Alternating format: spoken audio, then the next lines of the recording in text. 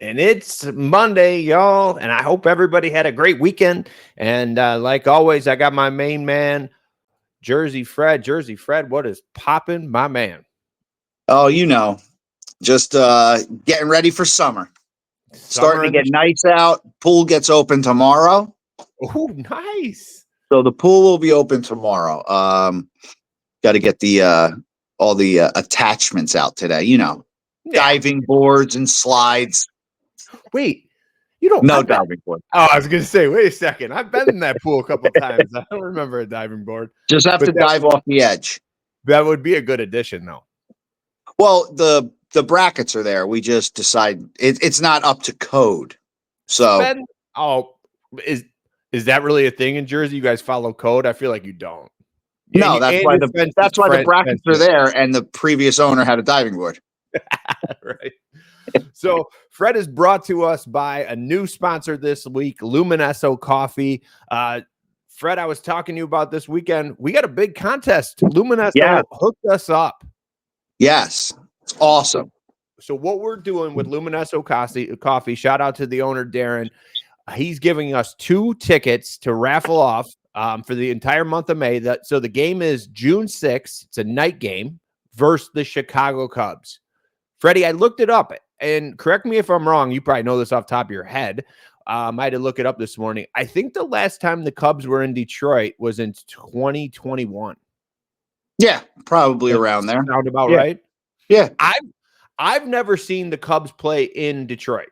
Now, I've been to Wrigley, which was really cool and a lot of fun. Awesome. Have you ever been to Wrigley? Went to Wrigley the first time the Yankees played at Wrigley with Interleague. Awesome. You're talking like 2011-ish. Yeah. It's a fun time. It's awesome.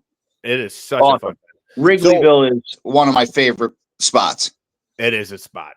Yeah. They're coming here. You guys get a chance to win. So what we're going to do is we're going to tag Luminesso Coffee on here. Okay. You have to share Luminesso Coffee on Facebook, like the page, share it on there. If you like and share it, screenshot it and send it to me in my messenger on Facebook, and you enter to win the draft and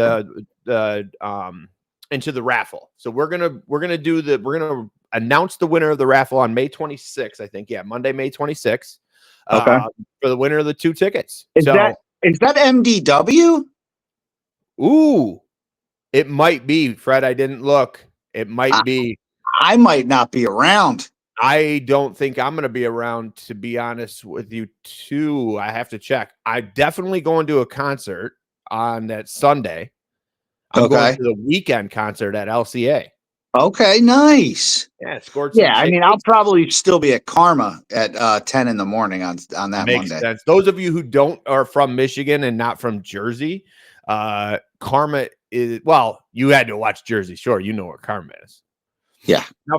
Now, Fred, you just told me when every morning, every Monday we click over. I'm like, I send the link to Fred. Let's get the party started. And you said, hold on, I got to wait for the cleaning crew. Is it true that you hire 3 or 4 Guidos to come in and just knock that out? How's that work? I wish, but just fist pumping and wiping. Yeah, they probably wouldn't get much done. They'd eat all my protein bars. But no, we have a cleaning service that comes about. I told you it's probably at least 6 girls come at one time and knock everything out. So usually take the dog out. So we went to Starbucks and got him a pop cup. You didn't get a Taylor egg and ham? Taylor ham, egg and cheese. Taylor ham, egg and cheese. No, we didn't. No, but I would have loved to. Should have. Yeah, definitely. Yeah. So is that every Monday or every other Monday? What do you do? No, it's like once every 3 weeks. Let's say they do a deep clean, semi-deep clean. Yeah. And you just celebrated an anniversary yesterday. Yeah. Isn't that correct? You and Mary, 8 years. The bronze year. The bronze year. It's funny you say that because I celebrate 6 years in May. Okay. And your wife texts my wife. For those of you who don't know how Fred and I linked up, our wives are best friends. So luckily enough, we got along, because I know you guys have been in that situation where your wife has a best friend and the guys, Yeah, you're you're like, just ah, friend. You're friends out of default. yeah. But now Fred and I are closer than Mary and Sarah now, and so Definitely. They don't even talk. Yeah, right. So, but congratulations. But what I was saying, Mary texts Sarah, and 6 years is steel. Yes. Well, so there's traditional and modern. So there's always going to be two things. This for us, 8 years was bronze and linen. So you got a white linen outfit for MDW at Karma, didn't you? From Mary. Avi. Makes sense. So yeah, so it was bronze linen. I got a bronze wedding ring. Nice. I got bad boy right now. No, I'll tell you. Occasions. Yeah. But you're a big special occasion. When you get gifts, you don't like to use them right away. You save them. Like, we got you something for your birthday, and you're like, I'm gonna save this for a special occasion. Yes. So, wait. Oh, yeah. You gotta pick out your fits and stuff. It's got to go with the fit. So, like, you're not just gonna wear a bronze, wedding band if you don't have like a brown belt and shoes on. Fair enough. You can one of those brown belts, the knockoffs that you buy over there in New York. On what street is that you Canal Street. Canal Street. There it is. Yeah. Dare I ask what you got Mary for? Yes. So I got her some J. Crew linen pants, and then I got her a bronze thing you put on your desk. It's like a plaque-ish thing, but it has our wedding song engraved in it with the lyrics. Dude, I mean, if that doesn't come from the heart, I don't know what does. Yeah. So it was not nice. Everyone is lucky as Mary. That's all I got to say. We went to dinner last night in Point Pleasant. Nice. Very, very good place. Fine dining. Maybe not up your alley. Not good. Oh, you get out of here. I'm a restaurant. You're not going to shout out the restaurant? Give them a little love on the pod? Yes. It's the Poached Pear. Yeah. James Beard Award winning, great spot, fine dining. Everything was from the reservation to the service to the presentation and timing. I'm a big timing guy. You are a big timing guy. Everything was very, very, very good. Let me ask this, though, because I've been to dinner with you in Jersey, in Point Pleasant, in the Shore. Anything? Was there a fight? Did anybody get kicked out? No. Okay. Well, we were in Point Pleasant. We weren't in Seaside. So you're not probably going to see anything. But I was so glad that when you came out, you got to witness the owner come out of the back with a towel, with a dish towel on his shoulder, and tell the guy to go fuck himself and get out of his restaurant. I mean, like, it's like a daily occurrence. So if you guys hadn't had an opportunity, you have to go visit the Jersey Shore. It's everything you see on TV and more, in my opinion. Yeah. Right. The Guidos, the fist pumping, the good and the bad. Good and the bad. I think you got to take them both in, because I think that's the experience in itself. It's part of the whole experience. All right. I would have to say 9 times out of 10, if you go to the shore and you're walking the pier and you look out into the water, 9 times out of 10, you're going to see Fred on some sort of boogie board. No boogie board. I'm raw. Body surf. Body surf. Yeah. I forgot. That's right. Yeah, I knew that was your thing. So chances are you'll see him. Just flag him down. He'll come say hi. He'll pictures, autographs, whatever. Won my age group, 1985. Bodyboard, body surf champion, 1985. My age group, but Ocean Beach. There you go. Maybe next year, Mary will get that on a plaque for you, for your desk. I mean, one would think, I still have the trophy and the medal from 85. Next week, yeah. I'll wear it. Pick it up. Let's get into some sports talk, and let's start with there's so much to talk about because it's interesting, but obviously hot off the press, we got to talk about the Pistons Knicks. Okay. Let me start because I know that you're gonna. I know. We've already texted back and forth, so Fred's got some comments in regards to that. Obviously, Jackson Spikes Knicks take a 3-1 lead, 3-1 lead because they basically. I don't want to use the word manhandled because we controlled the game. We were up both games. It was ours to win, and we choked. We literally choked. I'll touch on this lightly because I know Fred's going to hit it really hard, but both games, controversial calls at the end, right? The phantom possible over and back, which I think that the refs made the right call, right? And then last night with Tim Hardaway Jr. being fouled at the final with that 3. Okay. Couple of things I want to talk about. Number one, we should have never been there. We should have never been in the position to have the refs call that game. At what point we were up by 11 early in the fourth quarter yesterday and blew the lead. We blew the lead on Tuesday as well. And I think truly our inexperience showed. I think we have a really good team, but at the end of the day, we just couldn't put the nail in the coffin, and the Knicks just played harder. That's it. Now, the problem here in Detroit is everybody wants to whine about the refs. And guys, you can't blow a lead. Did you see, look at the turnovers we had in the second game at home. At one point, now I'll be honest, it was a nice day out, and I was playing a little golf, and I noticed that, at one point we had more turnovers than we had field goals. That's a problem. Right. That's a problem. Now, missing Isaiah Stewart was key in this series. I think that this series would have been a little bit different had Isaiah Stewart been playing at home.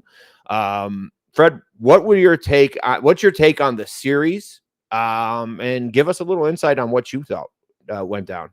Being a non-Detroit fan, I don't think I'm being biased towards Detroit at all. I'm pretty much stating the fact that we choked. I mean, I always said it from the beginning. I said it a couple months ago that they would end up the 6, New York would end up the 3, and they would get bounced in the first round. But I did say it was going to be a great series. They're very similar. It's just that, like you said, the Knicks have the more experienced players. So, and the Pistons are a great little team. They're very young. I mean, Ron Holland doesn't even play yet, really. Right. Right. So, I mean, they're going to be, I think, next year they're going to be around the 3 seed, 3-4. So it's going to be a little different next year where they're going to have the home in the first round, and then their second round. It's going to be similar to what the Knicks have this year. Like, the Knicks are going to get beat up by the Celtics. It is what it is. That's how I feel. And I feel that next year it's going to be the same thing with the Pistons. Well, they'll probably end up 4-3-4, and maybe have to face somebody like Cleveland or Boston next year in the second round. Right. And the thing, a couple things. Like, first of all, what's your take on Jalen Brunson? Like, I know you're not a Knicks fan, but you're in the area. I mean, obviously, there's probably a lot of Jersey people. Obviously, like Jackson Spikes, who's a big Knicks fan. I don't hate the Knicks. I worked for the Knicks for 6-7 years. So that really, I mean, if there's any team I hate, it would be Boston. Right. I don't hate the Knicks. I actually watch a lot of Knicks games. But Jalen Brunson's a dog, dude. The only thing I don't like about Jalen Brunson is the whole, like, acting like your foot fell off and then you just come back in the game. Like, I don't know what it's like every game. It's like, oh my God, he tore his Achilles. And it's like he goes into the locker room and then he just comes back out and he's fine. Yeah, just like out. I don't understand that. Like, you can't hurt yourself as that bad that you need to, like, barely make it off the court. He's sliding over to the scorer's table, but then just come out and play, balls out in the fourth quarter. Like, I'm like, it's like, I don't know, like, listen, you turn the ball over. Okay. Is it an act? That's what I mean. It's like, oh, you may have tweaked your ankle, but because you turn the ball over, you don't have to act like you broke your ankle. Right. Like, it's okay. Right. Like, so, but that's the only thing. And now as a Seton Hall guy, the Villanova thing, they have basically, well, after the big Ragu left, they had 4 Villanova guys, and then, Right. and then big Ragu left, and which is one of my favorite players as well. So let me ask you this. Yeah. He was known as the big Ragu. I did not know that. I didn't know who you were talking about. I wanted to play it off like, yeah. But I know who DiVincenzo is for sure. The big Ragu. Let me ask you this from the outside looking in. What do you think that the Pistons need to do in the offseason? I know the series isn't over. It's 3-1. I don't know if I knew that was going to be a question, but like, to be honest, I'm not sure they need anything. They need another year of experience. They don't really need a player. It would be cool. Jaden Ivey will be back, right? We haven't had him. Yeah, and Ron Holland's going to start playing. And you have Duren, Jalen Duren. What about Stewie? Is he back next year? I'm almost positive we still have him under contract. Yep. I mean, they're all like that. The team that you're watching right now is going to also be all together next year. Okay. And I don't truly believe they need a player. So you're kind of in the same boat as experience, this playoff experience. Now, like if something happens where they swap out like a Toby for somebody who's a little younger, Toby version, then that would be kind of cool. But like Toby's holding his own still, so like, and I'm a big Toby guy.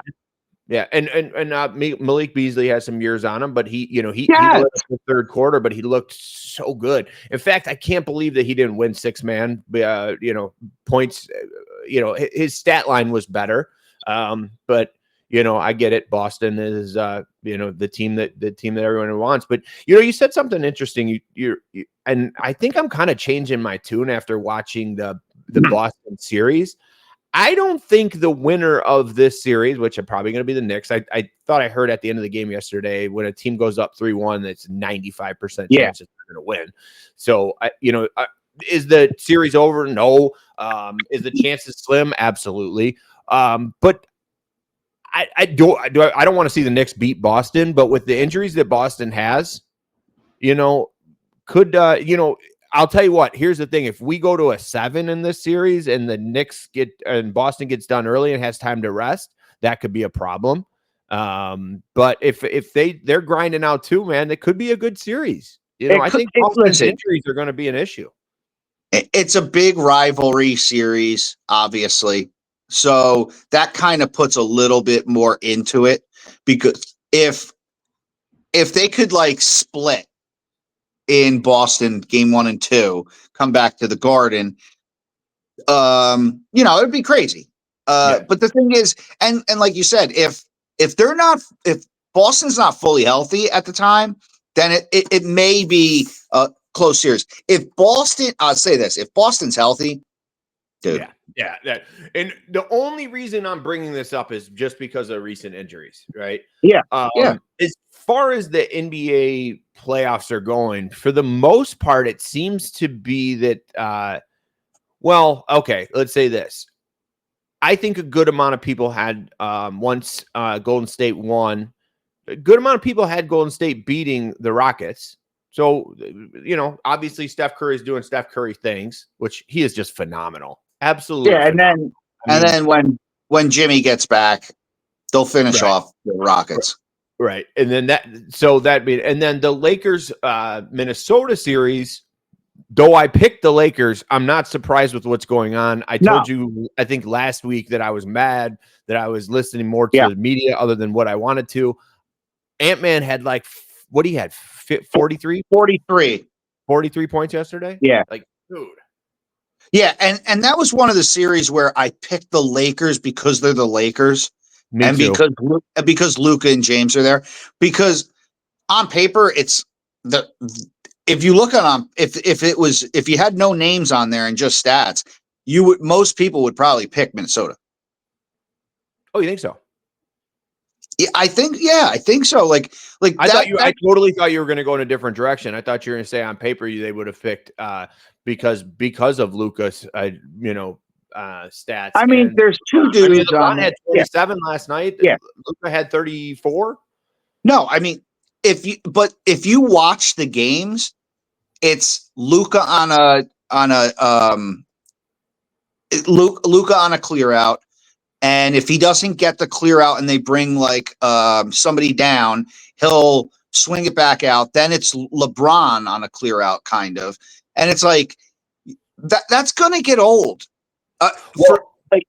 It not old, it's gonna be coachable, defensible. Like it's gonna be easier to defend when that's all you do. Like then you have the game where Austin Reeves goes crazy, Well, let me ask you this, because this is something I was thinking about last night too, is with the addition to Luka on the Lakers and the LeBron James and the Luka thing, does that kind of dissolve or like diminish the role player opportunity in that team? And when they didn't have Luka, it felt like the role players like Reeves and some of the other role players on that team really stepped up. Like, is this kind of hurting them?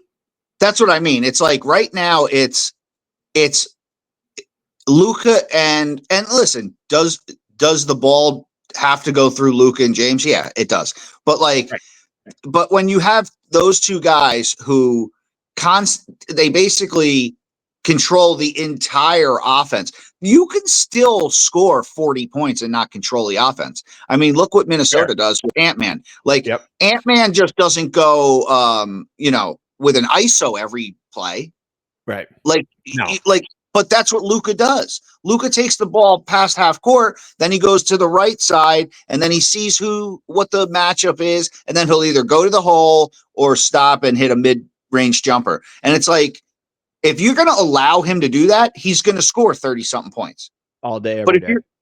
I would rather roll a double team on him, and if he kicks out to James, you roll a double team on him. Let Reeves beat you. Let Hachimura beat you or something like that. Like that's, and I think that's why Minnesota is winning. Yeah, no, absolutely. Like, but, listen, they're going to get their points. Yeah. Did you say like Brunson? What's that? Did you say like Brunson? No, I just said like they're going to get their points. Luka and James are going to get their points. I mean, but you just can't let them control the whole game. Like, it's crazy to watch. I mean, and when Luka's on, it's pretty nasty. Like, he's such a good player. Such a good player. Yeah. And like I said, I think most of them all, with the Thunder obviously winning rather quickly, they're going to be resting a little bit, and it's going to be a good series. I mean, there's still a lot of good basketball left. It's just a little disappointing here in Detroit. But one other thing, and then we're going to move on to our next topic. But I wanted to bring this up, and I didn't even put this in the notes. I was just talking about this on the way home. Now, I have a pretty decent background when it comes to officiating, umpiring, reffing. I ran the rec center in college. Like, I hired officials, everything like that. And I just want to ask you this question. And the number one thing I used to teach and coach umpires, referees, was when you make a call, just sell the call. Right? Whether it's an umpire, like don't second guess yourself. You second guess yourself, you get eaten up. You make a call, you stand by the call, all this stuff. What's your take on the NBA coming out and saying, "Oh, I'm sorry, we missed that call"? And I don't want to listen. I don't want to dwell on the call, because I don't think that's why we lost the game. We lost the game because we choked. Please, please, 100%. But what I'm saying is, why even do that? I don't know. And they do it. It seems like everyone's doing it because of social media, obviously. But like everybody is like, they want a statement now. Like, they want him to say, "Okay, I missed a call," or something like that. But it's like, no shit, you missed a call, and it is what it is, right? Because I think that's the beauty of sports, for me, right? And sometimes this like instant replay things and going back and checking. I know they're doing it a lot now in baseball. They're definitely doing it a lot more in basketball. Obviously, we've been through it with the NFL, but like, when basketball, like that's kind of like how the game is played. Like the refs ref and call the game. And in there's a lot of things that you do as a baseball player, a basketball player, a football player that try to do things to sway those calls. I mean, dang well when we were playing when we were younger, it's like, you're in the outfield and you're like, oh, that's a strike. You're always drawn with the ref, but like, I just hate that they come out and make a correction. Stand by your call, right? You don't owe anybody anything, in my opinion, because there's nothing you can do after the fact. They can't go back and replay the game or put Tim Hardaway Jr. on the line and let him shoot 3 free throws. It is what it is. It sucks. It means nothing in the big picture. It really means nothing. It's I guess to take some accountability. I don't know. I don't even know. And I don't understand why, because it's human error. It's not like it was a scoreboard error or something like that. That is, protestable, I guess. But in the end, in the MLB, it's like, there's so much with the replay that you could make a bad call and you could get helped out. Right. The only thing you can't do is balls and strikes. So, but the MLB, that's probably coming. Well, but and that would probably be the easiest thing to change, because you could do some kind of laser bullshit. But they do judge. The only thing that happens to these umpires, referees, and officials and shit like that, they do get judged. So, like in the MLB, the plate umpire gets judged every game on how many calls he called strikes that were outside the box, or how many calls he made that were balls inside the box. And then that there will determine whether they move along in the playoffs. Yeah. I don't know. I don't know. It's like, if it was me, right? If it was me and I was a ref and I made that call last night and I was questioned after the game, and like, I saw what I saw. Yeah, no call. That's all I'm gonna tell you. I saw what I saw. Also, though, if you're gonna come out and like apologize for that, then I'm gonna go back through the film and I'm gonna ask you about 100 other calls during the game. Again, this is the same thing. It's like all you're gonna do is open up a can of worms, and now you're gonna be scrutinizing every single call that we've ever made. Because we can go back to the first quarter and say, well, but how about on this play? How about on that play? How about on this? Why are you only saying that one play you missed? Because there was so much focus on that one play. But to your point, there's a big game. Well, and that could have controlled the flow of the game early. Exactly. Right? There's a ton of calls that are missed. It is what it is. They, like in the NFL, there's a holding call every play, right? They say. Yeah. No, I agree with that for sure. Come on, man. Go ahead. No, you finish up. I was going to say, I think you put the offensive linemen in mittens now, so they can't hold. They can't grab. No, just covering the fingers so they can't actually grab. And let them do the underhook. The pads. Yeah, let them do it, dude. Like the craziest rule in all of sports is trying to tell 300 plus pound dudes that they can't move a muscle before we snap the ball. Right. Like how corny is that? Yeah. That's a good point. I never thought about it that way, but that's a good point. It's like this is like real life gladiators and stuff, and you're gonna tell a guy he can't go like that? Like, what are we doing, dude? Like, get out of here. Let Hank back in. He's barking. I'll be right back. All right, we're gonna transition to a little football here, see what Fred has to say, obviously. And Frank, I think Hank's on a schedule. Like about 20 minutes into the pod, I think he's always ready to come in. He's there.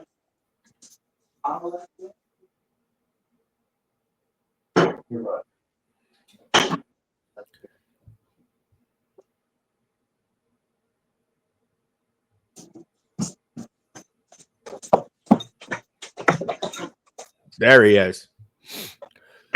I think Hank's does that on purpose. Every Monday, like about 20 minutes into the 100%. pod. Hank escaped yesterday. That's a thing for Hank. Yeah, dude. It's like a monthly occurrence. So all hands on deck. Yeah, we had the William was here and Livy and stuff, and they were moving some stuff out of the house, and he took off. Oh boy. But let's transition into the draft. And what an interesting draft it was. I know you and I were. Well, first of all, hot take of the weekend has to be Jackson Ulbrich. Really? Did you know who I'm talking about? I don't. So Jackson Ulbrich is the son of defensive coordinator. The Falcons kid? Yeah. Who awesome. called Shedeur Sanders. Awesome. Hilarious. How funny is that? Apparently he's like a Division III football player. He's like a running back or something like that. But so here's some more information. So apparently these players get a phone for this reason, right? And these numbers aren't like given out. Nobody has these numbers except coaches. He gets into his dad's computer, gets the phone number, and prank calls him as if he was, I forget what was he? Oh, the Saints. Yes. That he was the Saints. How funny is that? And saying he needs to wait a little longer. Which was hilarious. Let me read a couple of key stats for you real quick to get started in this. In 2023, he was 4-7. In 2024, he was 9-4. Those are the past 2 years of Shedeur Sanders in Colorado. I think the media obviously hyped this situation up way more than it should have. I said for a long time that I didn't feel he was going to be a good NFL quarterback. A lot of people disagreed with me. A lot of people except people that own NFL franchises. And how interesting was it to see Shedeur drop all the way to the 5th round? Were you in shock like everybody else? You know what? I was in shock because I was deep inside. I think we talked about Cam Ward and Shedeur like maybe a couple months ago, and I said that Cam Ward would be a better quarterback than Shedeur. Yeah, we both agree with that. I think that the only shock that I was just shocked that people weren't taking him for the brand. Like, I don't think I wasn't shocked. And like you said, the only reason it was shocking to anybody is because of the board that they put up. So like all this bullshit mock draft shit and rankings. I mean, come on, dude. It's all bullshit. Is it time for Kuiper to retire? Do you see how bent out of shape he got? Yeah. I mean, the guy was like losing it. Well, he had money on it. Good point. I mean, come on, dude. So, but like that's the other thing too. Listen, I do hope that Shedeur has a good career. I really do. I hope he does. I do. It's good, good for the sport. And my personal problem with the whole thing is the Steelers. Okay. So like, I don't want Aaron Rodgers. I told you that. And I just think this whole thing about like sitting around, waiting for this fucking jerk off to decide is just dumb. And now if they had gotten a deal done with Rodgers before the draft, there would have been no hype or craziness going on with the Steelers draft. What they did was they didn't get a deal done. So every time they had a pick, people were like, quarterback, and nothing. But like, come out and say something or get the deal done before the draft. And now that you didn't get the deal done before the draft, I think everyone's expecting, Aaron Rodgers to be a Steeler. But you know what? Get it done like today. Well, like get it over with. It's funny because I have obviously yourself and a very good friend of mine. Shout out JT Bowden, Bowden Law here in Mount Clemens. He's a big Steelers fan, just like you, and has a whole backstory as to why he's a Steelers fan, just very similar to yourself, right? So anytime something goes on with the Steelers, I'm always reaching out to both of you guys. And it was interesting because you both had two different takes as far as the Shedeur thing, because I was at the time right before the first pick they had in the first round. I was saying, is it going to happen? You're like, yeah, it's going to happen. I think you wanted it to happen. You were like, yep.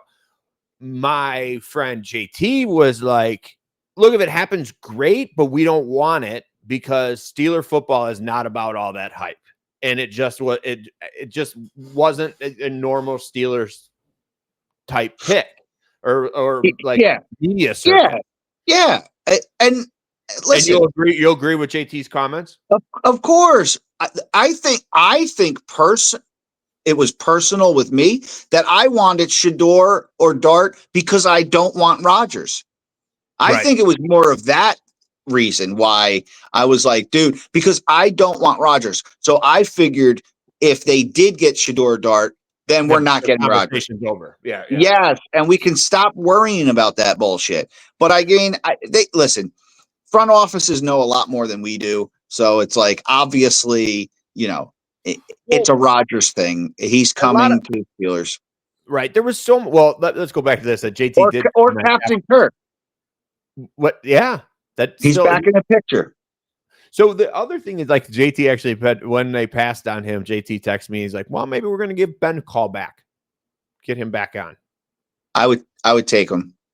The kid I like, though, to be honest, because I feel like when all the quarterbacks got taken off the board, I'm not sure any of them are going to be superstar quarterbacks in the NFL. I don't know, but the kid I would have took a chance on was Cam Miller. Really? Yes, I like that kid. I really like that kid. North Dakota State or something like that. Something like that. I'm not. That kid's a stud. I mean, he's the next Josh Allen. You heard it here first, folks. So let's go back to the Shedeur thing. Like, I have a very good friend who is actually, we sold his house this weekend. All right. And in the midst of selling, it was crazy. We had a ton of showings. So we're back and forth. We're talking about work stuff. And then on Sunday, we ink a deal. Right. And I get him on the phone. Congratulations. I got you a nice deal on the house. But we didn't talk the most important thing. And he's a Browns fan. I said, what about Shedeur? And he says, I'm not ready to talk about it. And the only thing that he said was, how in the hell, in a draft where they say that there is very little, no good quarterbacks, did we end up with two? Yeah. And I thought about that for a second and thought, interesting take. Well, but on a draft that there's a shitty quarterback, you end up with two of them.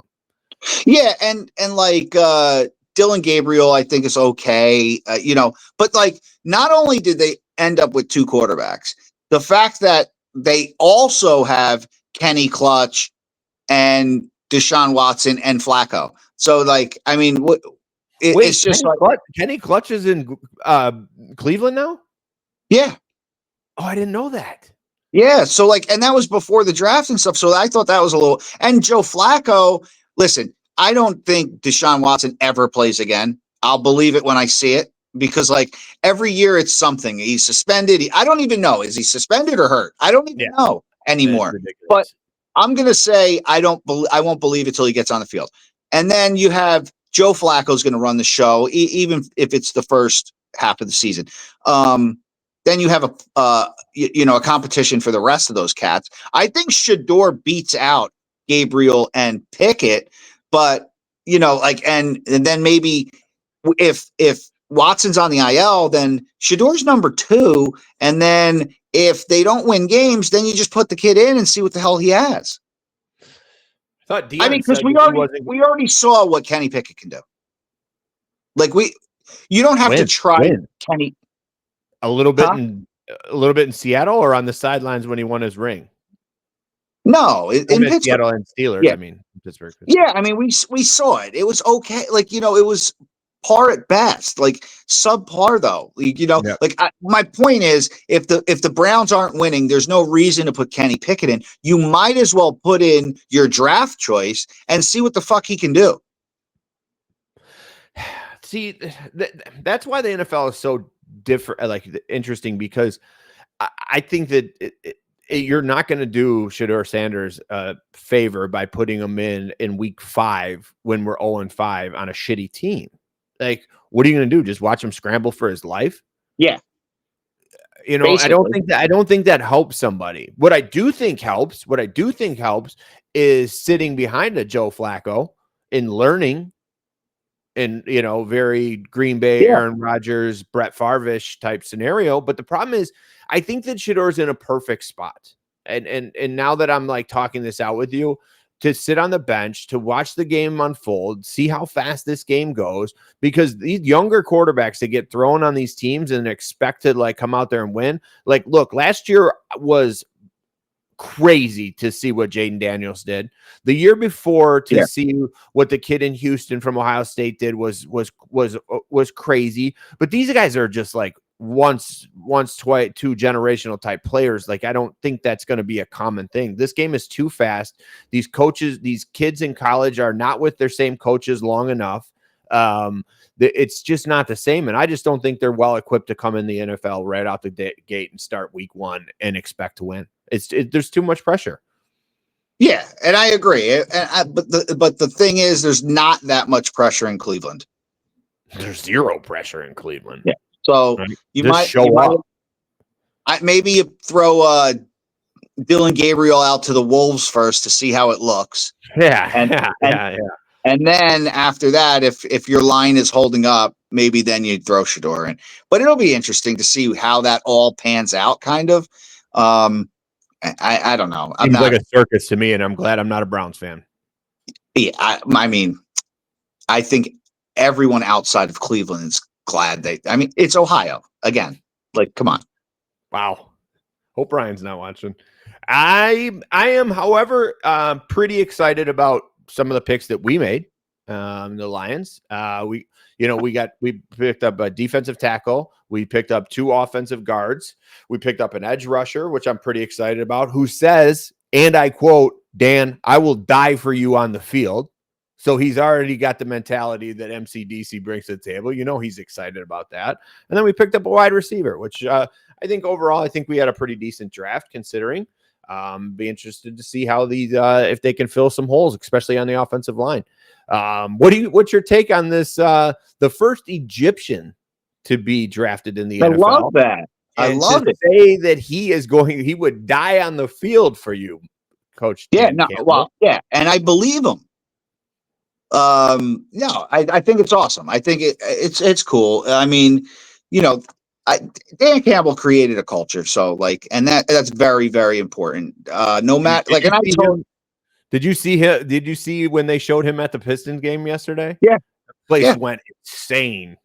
Of course. Well, how about this? Did you catch Terrion Arnold when he introduced the first pick? What he said about taking a shot at the pack? Yes, I saw that. Yeah. Then the Kings of the North saved me. And speaking of the draft, next year, Steel City. Is it really in Pittsburgh? Yes. Oh, nice. So it'll be nice to get our quarterback when the draft is in our town. That's gonna work out. How about one other thing that I caught this morning too? The Abdul Carter situation with Lawrence Taylor. Did you hear he called Lawrence Taylor to try and get 56 and LT told him not a chance, kid? Find another number. How about 65? Dude. But that was kind of crazy too. I mean, I get it. He's 11. You're not, but so call Phil Simms. No, we're 11. That's your number. So, call Phil. They play defense together. I mean, why you can't carry on the legacy of number 56 and New York? We're not going to start unretiring numbers. Anybody shouldn't do that. It is what it is. Unretire a number in Colorado. It's got to be the first 5th round draft pick that's ever been retired before they played us down in football. crazy, dude. I saw somebody AI'd it just says Prime's son. It doesn't say his name, but it was AI'd. But like, right. I think that was kind of funny. But like, I mean, this kid's got a lot to prove. I mean, it'll be interesting to see how he holds up. It's not easy, like you said, with the pressure and shit of just being in the NFL. Forget Cleveland, like it's just it's the name, and all this hype was brought on by these fucking talking heads. Yeah. And this mock draft bullshit. And it's so I watched the draft with Jackson Spikes. And he's fired up, like, obviously. But like my thing to him was like he asked me, can you put the draft on at 7? I said it starts at 8. He goes, well, I want to hear them talk. I said, you've been hearing them talk for the last 4 months. I love the fact that a 14-year-old kid wants to listen to them talk about the draft. I'm like, I don't want to hear them talk about the draft between picks because it's all bullshit. It is. It's all bullshit. Like, and my thing is, I would rather. Did the Knicks play on Thursday? Yes, they did. Yeah. I would rather just leave the Knicks game on and check on my phone. That's how I had it. With the draft. That's how I had it. And I was watching the Piston game, and I was following on my app the picks. And when it's your pick, you could put it on. I put it on. I put it on when the Steelers came on because I thought that they were going to take Shedeur. But I can tell you this is the first time that I was vested in the draft for 3 days because I was curious where he was going to go. Like, it was wholeheartedly. I was curious. I also started to think of some collusion. I'm like, here we go. I'm like, he's the next Cap. Because like after the third round, I'm like, this is getting weird. Like, because okay, the talking heads is one thing, but the rankings of players is another thing. Like, and we did see film. I mean, I don't know like how that translates, but like I was like, there's no way he goes undrafted, right?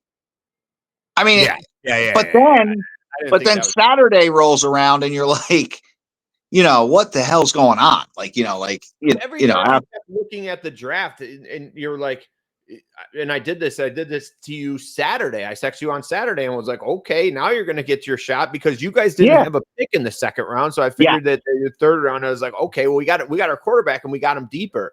The funny part about the whole thing is he would make more money if he went back to college. 100%. He took a pay cut. Yeah. He took a pay cut. I mean, he'll get a bunch of sponsorships and brands and stuff like that, which would be cool. But yeah, I think I was surprised he was going into the draft after the season anyway. Like, you thought he should have stayed one more? Yeah. I mean, Shiloh signed with the Tampa. I was just going to say, by the way, Dion has another kid who was drafted that nobody talked about. Yeah. Well, he wasn't drafted.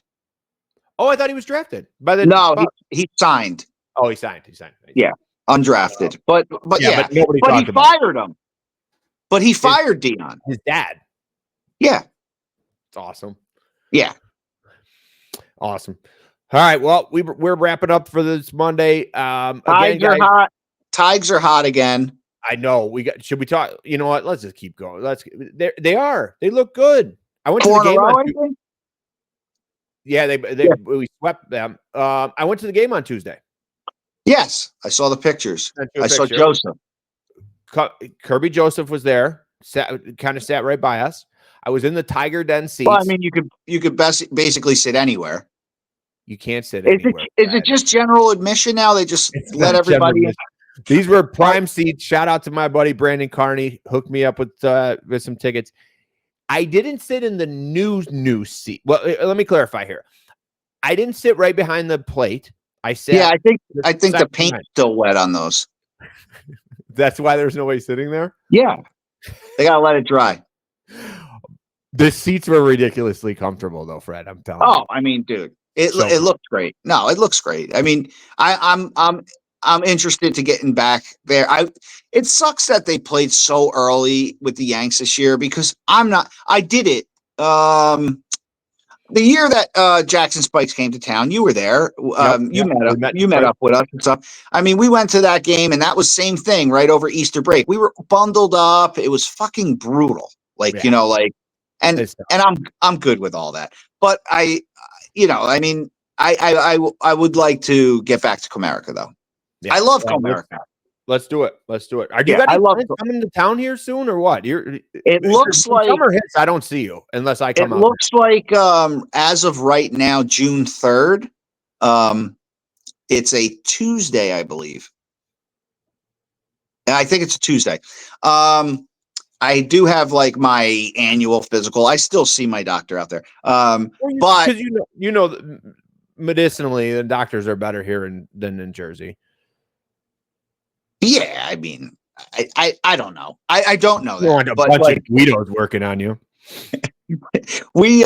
But I do have. There is a special event going on June 3rd at LCA, so I most likely will be attending that.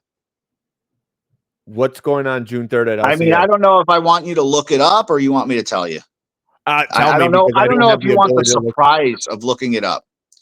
Is Barry Manilow coming to the LCA? Oh my God.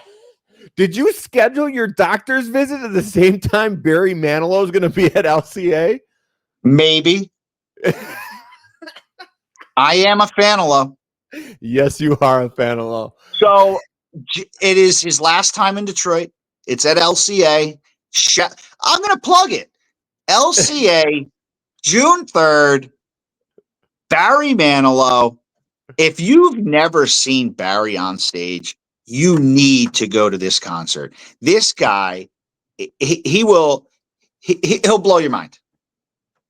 And I'm a huge fan of Brad knows. I tried to get Brad to come to the concert with me in Vegas. He declined. Sat that one out. I don't want to see a 90-year-old man dance around on stage. I mean, I understand where you're coming from, but when he pelvic thrusts, I mean, the energy that in the crowd, it's ridiculous. All right. Well, let's do this. I'm going to skip the concert, but when you come into town, let's maybe grab dinner Monday night or Wednesday night. I want to go to Aurora in West Bloomfield. Okay. All right. Doug wants to go. He's already been there twice. The spot I really want to go to in Detroit is Vicino. Vicino? Okay. Vecino. It's right, look it up. You would love it, first of all. All right. But yeah, we definitely have to get there, dude. I've been saying this to Mary since it opened that you need to watch out for that place. I think it just won one of the best restaurants in Detroit. It's Cass Corridor, Wayne State area. Really? You know, I have not heard of it. I will definitely look it up, dude. When you look it up and look at the menu, you might go today. I'm open this evening too. You might go tonight. I'll take the bike. It's really not a bike thing. Oh, I gotta dress up, don't I? I'm just saying, it's a nice place. All right. But yes, I do want to try Vicino. There's a couple other spots. Lady of the House is back. These are just some Detroit throwouts here. Lady of the House was down in Corktown. Right. Didn't go. I don't believe it lasted through COVID. Awesome place. Amazing. Now she moved. She's up a little north, up northwest of Detroit in that like little area there. Right. It's back. And that other spot now, there's more coming on the John R. side of Woodward, where LCA is. Like right midtown. Yeah, like there's Bar Picale is there. There's another restaurant just popped up. Like, dude, it's starting to pop. And like I'm big on the restaurant scene in Detroit. Like yes, you are. that was one of you throw out a lot of hate, but you are a big supporter of the Detroit restaurants. That's huge, for sure. huge. So, right. Well, let's plan a spot. Let's pick one when you guys yeah. get to town. Check out that Vicino. Just check out the website. You know I'm jumping on the menu right as we get off here. Yeah. Okay. All right. Take care, brother. All right, buddy. I'll talk to you. All right.